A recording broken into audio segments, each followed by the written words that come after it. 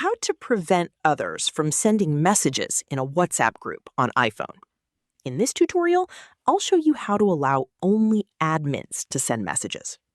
First, open WhatsApp on your iPhone.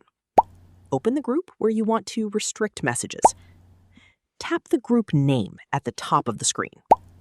Scroll down and tap Group Permissions or Group Settings, depending on your WhatsApp version. Now, look for Send New Messages.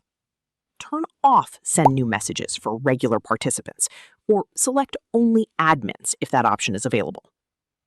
Once you change this setting, only group admins will be able to send messages in the group. Regular members will still be able to read the messages, but they won't be able to send new messages.